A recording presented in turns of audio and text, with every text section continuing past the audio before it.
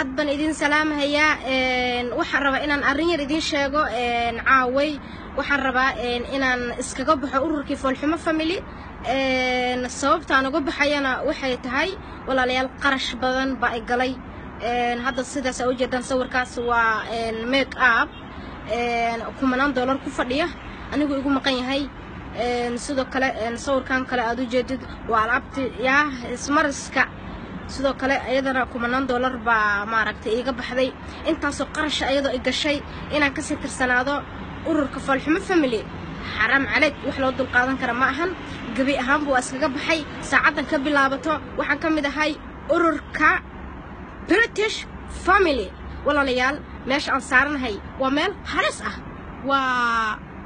بلكون حتى تقول عديدان حتى ماش قركة هنصارنا هاي حتى تقول عديدان أو ترى هذا فالحمد هذا فاميلي هذا إسكجير وحلو دول قادن كرا مع ولا ونكره هي السلام عليكم ورحمة الله وبركاته.